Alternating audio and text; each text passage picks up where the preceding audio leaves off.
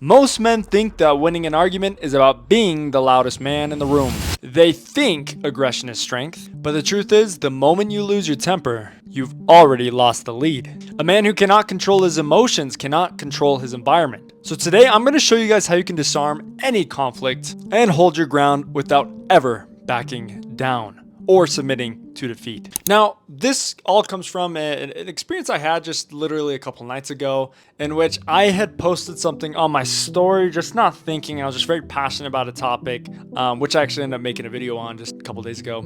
And I got a comment, and the comment was very defensive. And I understood where they're coming from. Like, I don't judge anybody for having a different opinion. I think that's extremely wrong. I think that's a really weak attribute to have. But I'm also not going to waste my time arguing with anybody. I heard a quote once. It says, when the dog barks at the moon, nobody looks. But when the moon starts barking back at the dog, everybody looks. And the second you become emotional, that's the second that they win. And so you want to do one thing extremely well, and it's the most important thing. The first rule is regulation. If you react fast, you lose leverage. Sometimes you start spitting out facts without actual evidence or without any control of how you're sharing those facts. And it makes you look weak, it makes you look stupid. So all you have to do is slow your breathing. It's not about being the one on top, it's about coming to a point of peace. Blessed are the peacemakers, for theirs is the kingdom of heaven. Understand, it's not about winning neither side. It's about coming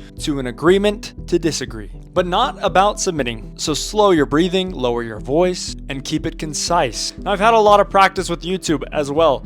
And back in the day when I first started, I was making a lot of content. And whenever you make shorts, I don't know, it's just, at least for me, I hate making shorts because they end up being cringy. I mass produce them because I want content out there, right? And it's a bad habit I'm trying to get over, but I'd always get these hate comments. And when I would respond to some of these hate comments, I would use these same tactics. And I learned a lot from just practicing with these comments. And I always got positive responses back. It wasn't because I was hateful, and it wasn't because I was submitting to the weakness, right? Or submitting to that, hey, your point is right. You can still make friends with someone who believes things completely differently than you.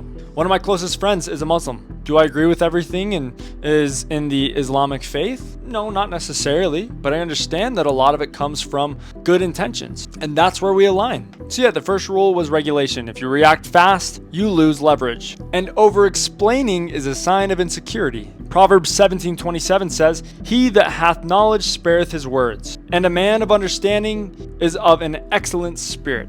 Confidence doesn't need to shout. It speaks once and lets the truth sit in the air. Next, you have to lower their defenses. Acknowledge something real. Say, I see why you think that. Or, that's a fair point. Again, it's not about you being right all the time. And you're not agreeing with their conclusion. You're just acknowledging their perspective. Then remove the extremes. Preempt their attack by saying, I'm not saying I have all the answers. When you stop acting like the target, they stop acting like the aggressor. This is just a communication hack. It's a spiritual requirement. Proverbs 15:1 tells us, a soft answer turneth away wrath, but grievous words stir up anger. You aren't being soft because you're weak. You're being soft because you are in total control of your own power. It takes more strength to stay calm under fire than it does to explode. Next, shift the frame. Don't say you're wrong. Say, here's how I see it, or this is where I'm coming from. Frame it as a difference in what you prioritize. Because at the end of the day,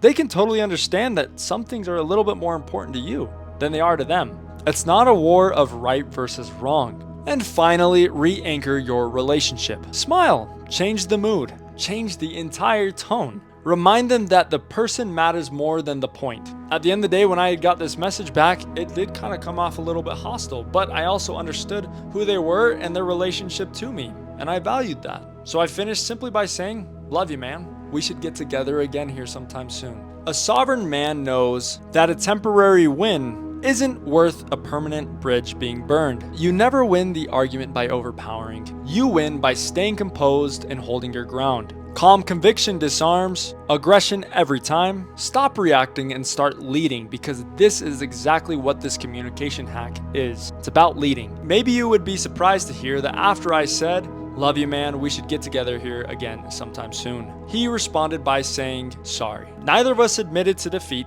We simply dealt with it like men, put away our pride, and we became friends once more. Again, not because either of us were better than each other, but simply people matter more than opinion. Subscribe if you're ready to level up your character. And don't miss a single video I post 3 times a week. I appreciate you guys. My name is Gabriel Bowman, and I'll see you next time.